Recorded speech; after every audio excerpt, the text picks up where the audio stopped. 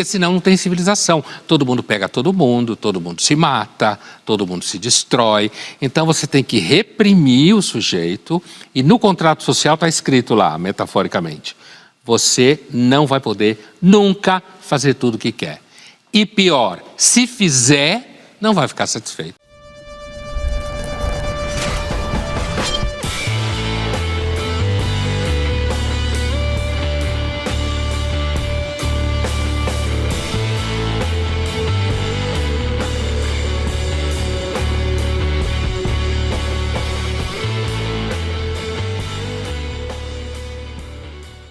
Que mal-estar é esse? De que mal-estar estamos falando?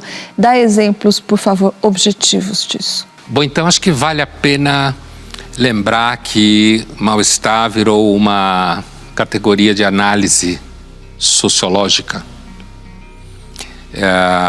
Com o livro do Freud, Mal-estar na Civilização, que é um ensaio longo, né?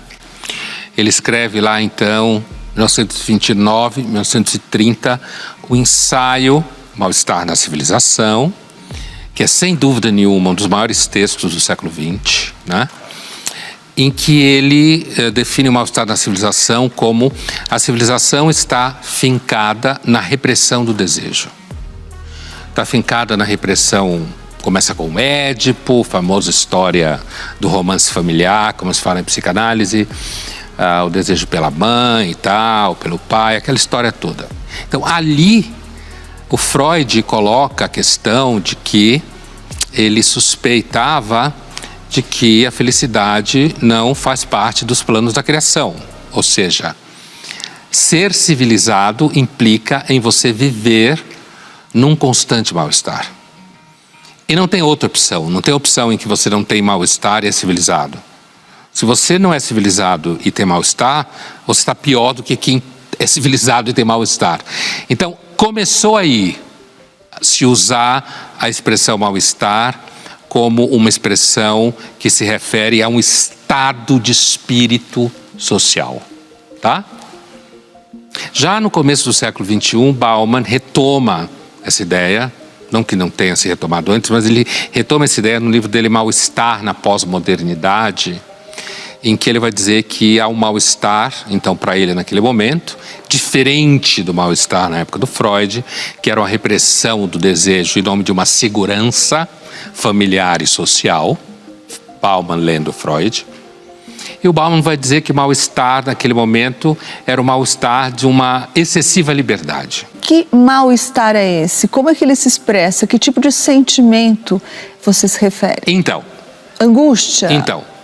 Esse mal-estar de hoje é o mal-estar de alguém que sente que tem que fazer mais coisa do que consegue dar conta, certo? Então, você tem que dar certo no trabalho, tem que estar atento para todas as inovações, você tem que ser um indivíduo absolutamente capaz de fazer tudo, você é responsável por tudo que acontece na sua vida, você tem que ser capaz de fazer escolhas o tempo inteiro, você deve ter opiniões fortes sobre tudo, você tem que estar o tempo inteiro informado. Esse é o mal-estar que se fala agora, certo? Ou seja, o mal-estar que vem do fato de que a gente se descobre incapaz, insuficiente de dar conta de tudo. Está vinculado a essa discussão do burnout, do cansaço, que já se faz muito por aí. Só que, quando a gente faz esse resgate das teorias desde o Freud, a ideia é que, assim, a experiência moderna é uma experiência que gera mal-estar. Você é muito livre, você toma muita decisão e você acaba acreditando que você é capaz, e aí você fica com mal-estar. Que tipo de mal-estar era esse de que Freud falava e em que medida está de pé isso tudo que ele disse até hoje, essa análise, esse diagnóstico? Olha, primeiro que a originalidade do Freud está em entender ou descobrir que o mal-estar é um dado do contrato social. Isso que é importante entender. Quando eu falava que o Freud criou o mal-estar como categoria sociológica, significa dizer que o Freud percebeu que há mal-estar no contrato social. O que significa isso? Assim como Bauman também vai falar, e assim como Ehrenberg também vai falar. O mal-estar que o Freud descreve é o fato de você nunca estar satisfeito com o que é possível você ter. Nunca está satisfeito. Então, você ama uma pessoa, se apaixona, mas quando você a tem, já não é a mesma coisa. Você quer um objeto X e quando você consegue, já não é mais a mesma coisa. Ou seja, sempre está faltando alguma coisa. Por quê? A sua estrutura psíquica e o marco social está construído em cima da repressão daquilo que você não pôde ter na sua infância primitiva, que era a sua mãe. A gente poderia resumir esse mal-estar principalmente no sentimento de insatisfação, segundo Freud? Insatisfação difusa, contínua, que se transforma, muda de lugar, muitas vezes, está aqui, depois está lá. Insatisfação, o sentimento de que o que você fez na sua vida não era exatamente o que você queria. A sensação de que se você fizesse outra coisa seria muito melhor. Mas provavelmente se você tivesse feito e tivesse ali, você também ia sentir que ali não é tão bom. Então, é por isso que o Freud fala que aparentemente a felicidade não faz parte dos planos da criação. Quer dizer, o desejo humano, que começa com um desejo interdito lá pela mãe, na fórmula do Freud, ele permanece continuamente funcionando em interdição o tempo todo. Porque senão não tem civilização. Todo mundo pega todo mundo se mata, todo mundo se destrói.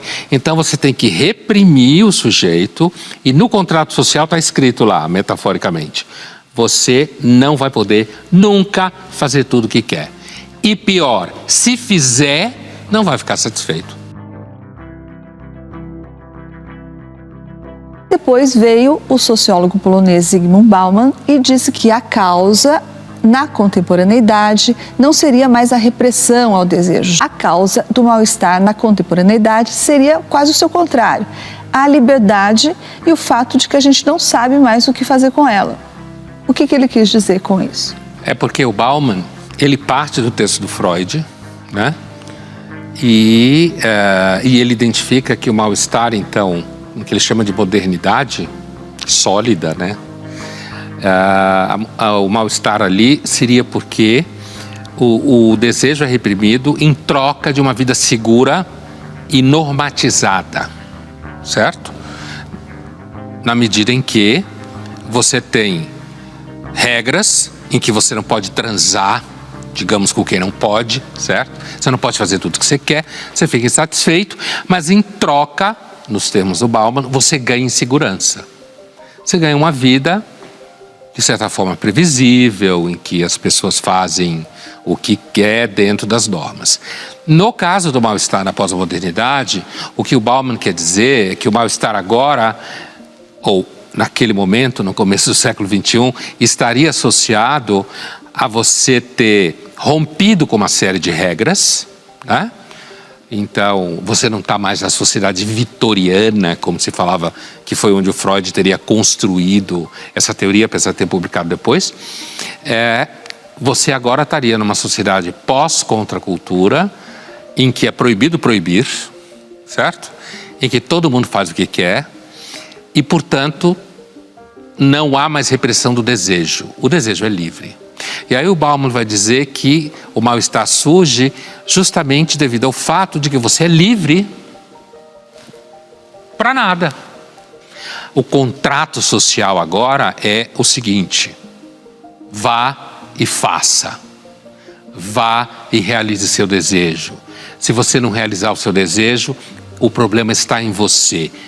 Tudo é possível. E aí você fica com mal-estar porque, no final das contas, você é uma espécie de sujeito livre, mas não tem nem com quem ser livre, nem para que ser livre. Um fastio de você pode tudo e, no final das contas, você descobre que você fez tanto esforço para ser feliz, ser livre para ser feliz, e você é livre, mas você não é exatamente feliz como achou que ia ser. Na vida você nunca ganha tudo. Quando você ganha uma coisa, você perde outra. É sempre assim. E a ideia de que você pode, de fato, ganhar tudo que você quer e ser feliz, Ou você é um psicopata, ou você é um puta do ignorante, ou você é um puta do mentiroso, né? Ou simplesmente você está fazendo propaganda, fazendo marketing. A gente vivia em nome da segurança de modo normativo no universo do Freud. A gente abriu mão dessa segurança em nome de ser mais livre. Só que aí quando a gente fica mais livre, a gente se sente desamparado. Então a gente quer segurança, mas se a gente quer muita segurança, a gente sente que perdeu a liberdade. Segurança é a mesma coisa que estabilidade para o Bauman? É, segurança, estabilidade, previsibilidade, uma vida organizada, né? Ao mesmo tempo, se você abre mão da segurança plenamente porque você quer ser livre, então você começa a sentir uma certa desordem. Daí ele passa para o plano social. Lembra que eu falava que essa discussão, ela incide sobre a noção de contrato social. Ninguém descobriu a regra de ouro, que é como construir uma sociedade, uma vida em que você tem a quantidade certa de segurança e a quantidade certa de liberdade. Você não consegue isso no plano individual plenamente. Você fica fazendo curso para saber como fazer isso, coach, o diabo 4. E no plano social, você está sempre numa tensão entre, se você for inclusive para o plano das relações econômicas, um Estado que tenta garantir alguma segurança para a população, que o Bauman sempre refletia sobre o welfare state inglês, o estado de bem-estar social inglês, ou o mercado que opera em cima da liberdade.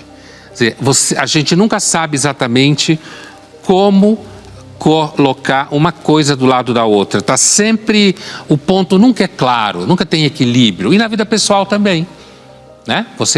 Quando você quer, às vezes você está se sentindo livre, aí você gostaria de ter alguém com você. Quando você tem alguém com você, você tem que negociar o filme que assiste, o restaurante que vai, o que você vai fazer no final de semana, no seu dia a dia de trabalho. Ou você abre mão disso tudo e fica sozinho.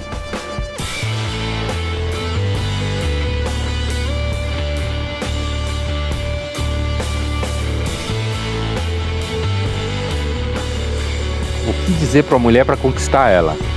Que é claramente a pergunta de um ingênuo. Que não tem fórmula, né, meu? Você já descobriu? Não tem fórmula, né? E, assim, umas vão dizer para você, fica quieto, porque se falar muito vai falar merda. A outra vai dizer, olha, qualquer merda depende do estado de espírito dela.